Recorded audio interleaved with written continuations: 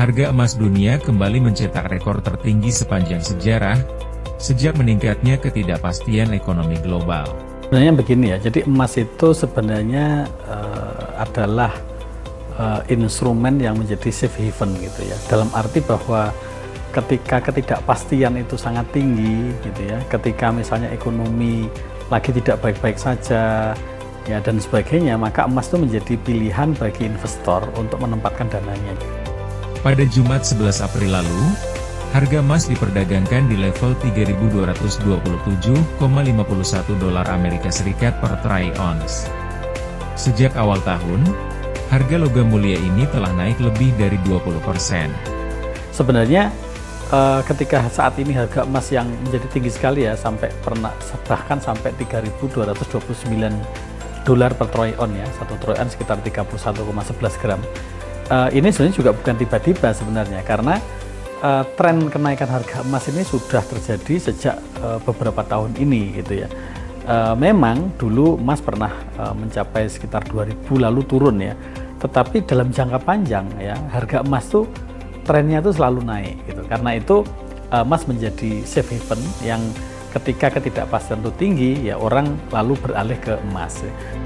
Lonjakan tersebut mencerminkan meningkatnya kekhawatiran pasar terhadap berbagai faktor eksternal, mulai dari perang dagang hingga konflik geopolitik.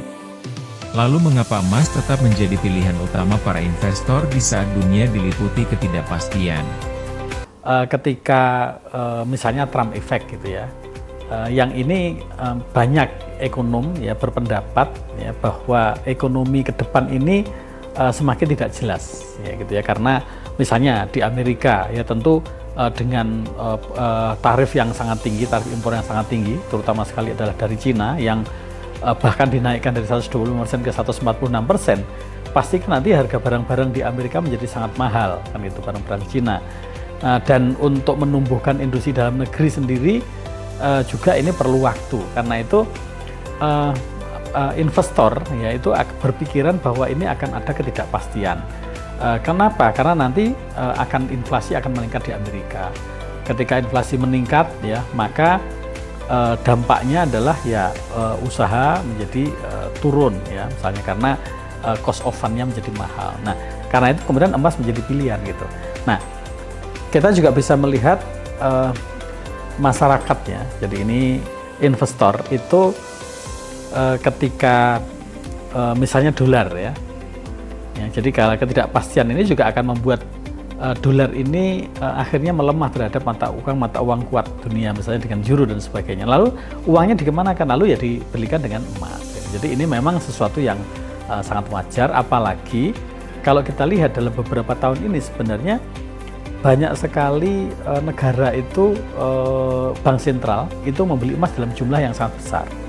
Nah, dan ini berdampak pada permintaan emas itu yang sangat tinggi.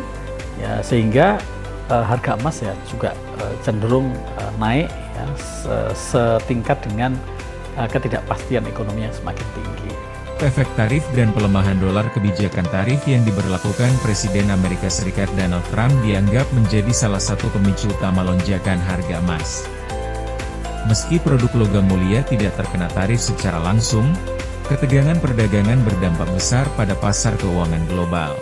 Kalau kita lihat dari ini ya, Goldman Sachs ya, kemudian beberapa prediksi ini ya, ekonom-ekonom ya, itu emas itu bisa mencapai 3.500 gitu. Itu sudah diprediksi sejak dari tahun lalu sebenarnya.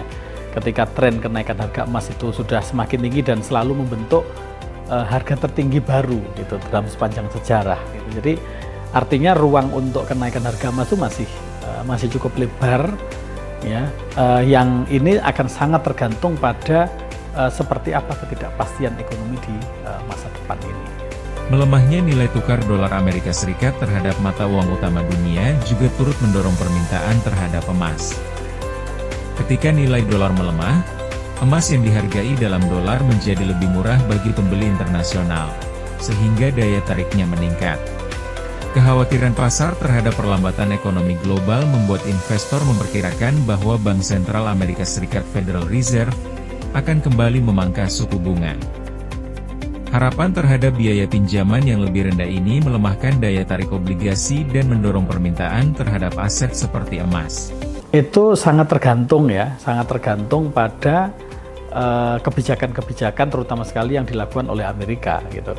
Sebenarnya kan tren situasi ketidakpastian ini kan sudah cukup lama, sejak dari perang Ukraina ya, kemudian ketegangan di Timur Tengah ya, di Gaza, kemudian sekarang ini diperparah dengan kebijakan-kebijakan Trump ya, yang menerapkan tarif resiprokal ya, yang meskipun kemudian sudah direvisi ya untuk negara-negara selain Cina, yaitu ditetapkan 10%, tetapi untuk Cina, nah ini kelihatannya Amerika ini kan mencoba untuk menekan Cina gitu. Tapi kan kalau kita lihat responnya Cina juga ternyata juga berani head to head dengan Amerika, sehingga Cina pun tidak lalu menurunkan tarifnya, malah juga menaikkan tarif impornya atas barang-barang yang dari Amerika gitu.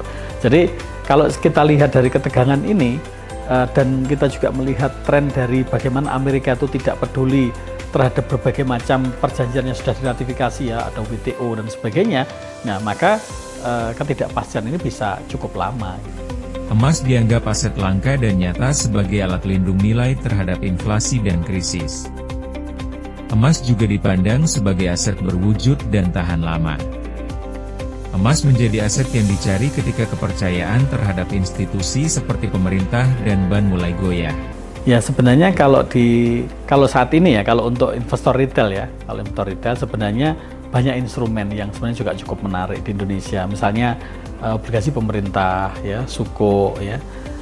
Karena apa? Karena SUKO dan obligasi pemerintah itu menjanjikan return yang cukup tinggi ya, return yang cukup tinggi, yieldnya cukup baik ya, dan tentunya liquid ya, dan aman karena ini diterbitkan oleh negara yang potensi defaultnya itu kecil.